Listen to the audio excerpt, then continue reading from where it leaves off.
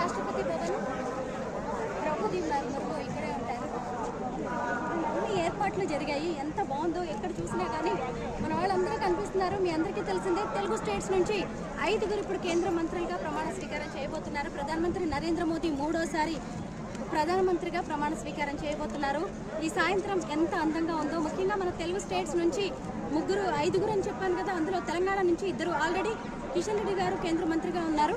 ఇప్పుడు ఇంకా కొత్తగా బండి సంజయ్ గారికి కరీంనగర్ ఎంపీ, ఆయన కేంద్ర మంత్రిగా ప్రమాణ స్వీకారం చేయబోతున్నారు.